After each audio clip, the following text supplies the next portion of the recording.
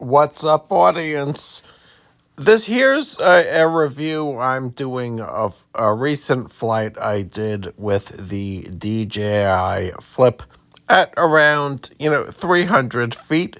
I live near an airport, so my Lance only allows me to fly 300 feet. I can't go 400 feet, but judging by the looks of these images, it doesn't make that much of a difference. And I don't think I really pegged 300 feet. I was high up enough during this flight to make me nervous. So I wanted to show you what it's like flying high. You know, but because I struggled to keep the drone within my line of sight, I decided not to venture. You know, more. I decided not to venture above 280 feet.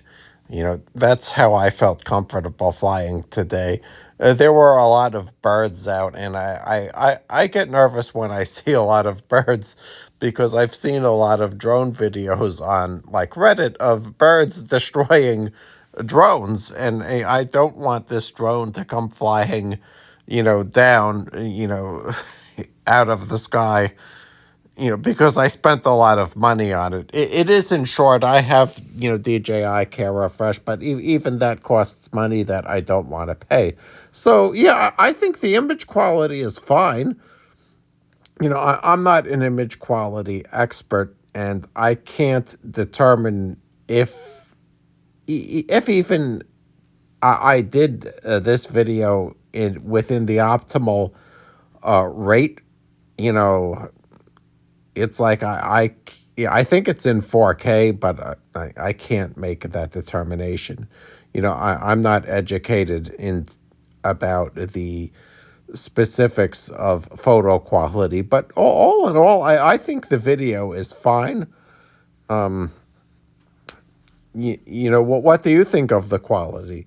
It's a little bit shaky when it's spinning around like that.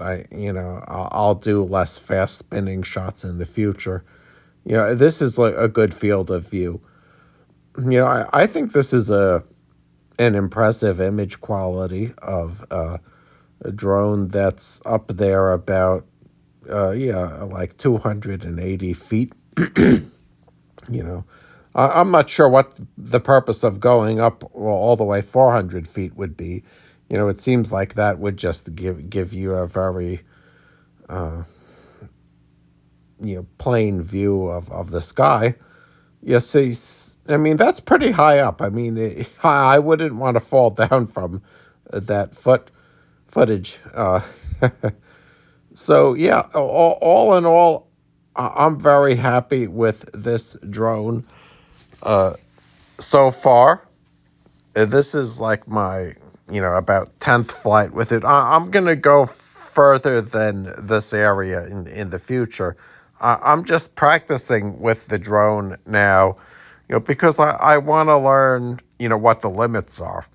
Pretty soon you're going to find that, yeah, I go to more exotic places than this, but before I go to those exotic places, I want to make sure that I'm fully in control of the drone and can, bring the drone back and land it. I'm like an amateur flyer now, and soon I'm going to get the 107 license because I really want to make money with drones. I think that drones are going to be a booming industry in the future, and it seems to me like if you want a good way to make yourself relevant at any career is to have a drone license. Yeah, so I mean, all in all, I think these videos are, I think this video image quality is good. I'm sure it's not perfect. Yeah, critics are going to find something, wrong to say about it. But ultimately, I think it's really fine. I don't necessarily think that I need to spend, thousands of dollars to upgrade to a Mavic, 4, in order to get, better image quality. I could see everything I need here.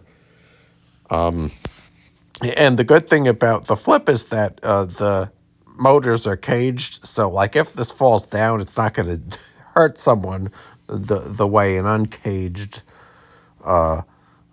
propeller drone would. You know, I used to fly Mavic Airs and Mavic 2s around here, but I got nervous just because I didn't think that they were safe to fly. You know, I always felt that those types of drones could fall down and hurt someone. But yeah, with the Flip, I think that I believe that the Flip presents the casual flyer like you or I with an opportunity to enjoy droning safely. You know, it's a very light drone. You know, the odds of it falling down and hitting a person are actually very low. You know, you'd have to you run into bad luck for a bird, for simultaneously a bird to hit this, you know, and for the drone to then hit a person, you know, in an area that's this sparsely populated. You know, but that being said, I don't like to take risks, and I think the caged propeller setup is optimal for me, you know, just for insurance reasons. In fact, I don't fly insured, you know, because the wings are caged. I mean, if I were going to fly insured, it would cost me like $1,000 a year, and I would never. I don't want to spend an extra $1,000 per year in insurance on a drone. Yeah, so I mean, and I think this drone does give you good horizon images. You know, if you're doing a YouTube video and you want to show like how the area how the area you're filming in looks, then this is going to be fine for you. The audience is going to get a good impression of what the geographical elements of your region is. So yeah, I mean, I would definitely recommend this drone for beginners. Yeah, and I'm not even flying up really high. Okay, I think this is the part where I land the drone.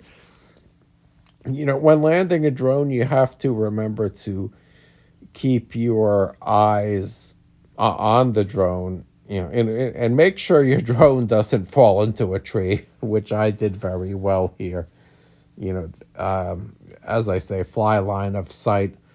You know, I have good vision, and you know, my good vision helps me, you know, bring my drone back to me. All right, so here's where I land the drone. There I am. You know, I just pressed land, and yeah, the drone landed. You know, we had a successful flight. All right, guys, thank you very much for tuning in to this video. You know, we're going to do more droning in the future at dronethrust.com.